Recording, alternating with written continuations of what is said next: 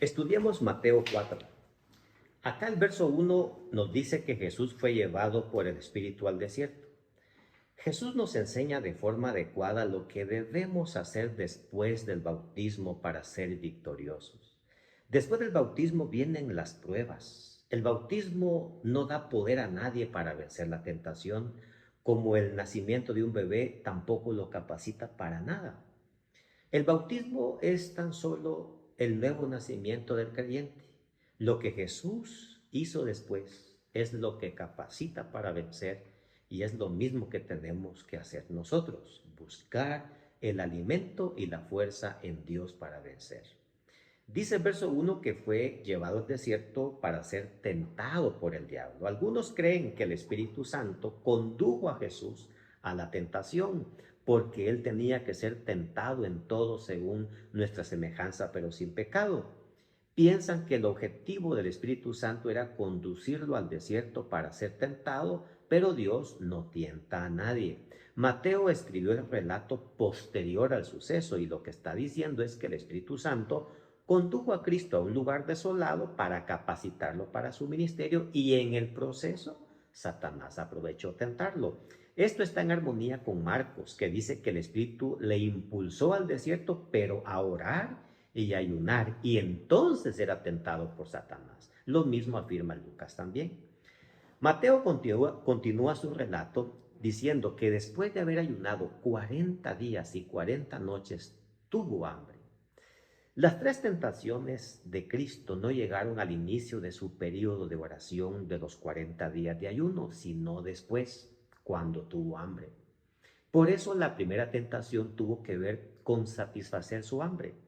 La segunda fue para que Jesús demostrase que era el que aseveraba ser el Hijo de Dios.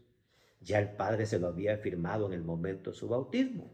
Y el diablo sabía también quién era Jesús. Y la tercera fue con el fin de tentarlo a no llegar a la cruz. Para recuperar este mundo secuestrado por el enemigo, Jesús debía obtenerlo en la cruz. Y en su trayectoria, Satanás usó hasta sus mismos discípulos para tratar de evitarlo. Porque si Jesús realizaba dicho sacrificio, Satanás sabía que quedaba derrotado para siempre.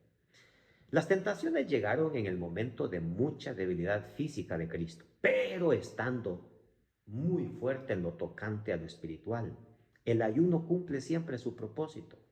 El cuerpo puede sufrir la ausencia de los alimentos, pero la mente adquiere la mejor claridad y fuerza para vencer. A veces pensamos que los tentados solo son los débiles en la fe. Claro que Satanás los tienta a que sigan así, pero el foco principal suyo son aquellos que luchan diariamente por la santidad y la obediencia al Señor. Notemos cuán importante fue el conocimiento de la Biblia para Jesús al momento de ser tentado. Cada tentación fue enfrentada y vencida con la espada del Espíritu, que es la palabra de Dios. El diablo también la usó, aunque de manera tergiversada. Vemos que Satanás estudia la Biblia con sumo cuidado con el fin de engañar a las almas a través de una distorsión del texto bíblico, como hizo acá en este caso. Un texto bíblico fuera de contexto puede servir para una serie de cosas contrarias a la voluntad de Dios. En la historia ha habido quienes hasta incluso han quitado la vida a otros con argumentos bíblicos mal interpretados.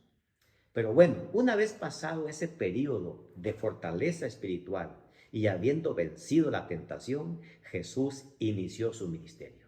Su base de operaciones nos dice el capítulo que fue Galilea, específicamente en un pueblo llamado Capernaum, lejos de Jerusalén y de Judea.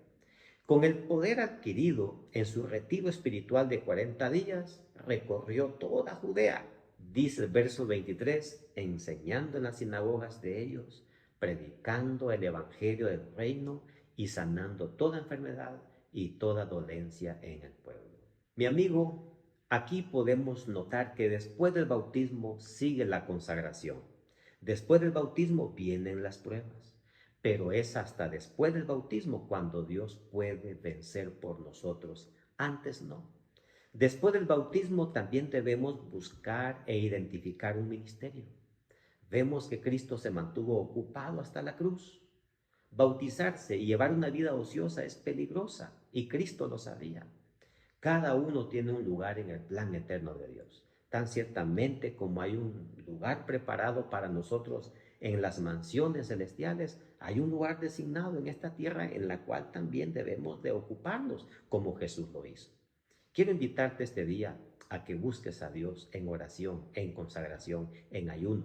Pero no solamente eso, ocúpate como Jesús se ocupó y entonces así lograremos juntos vencer las tentaciones y estar preparados para el momento cuando Jesús vuelva. Que Dios te bendiga.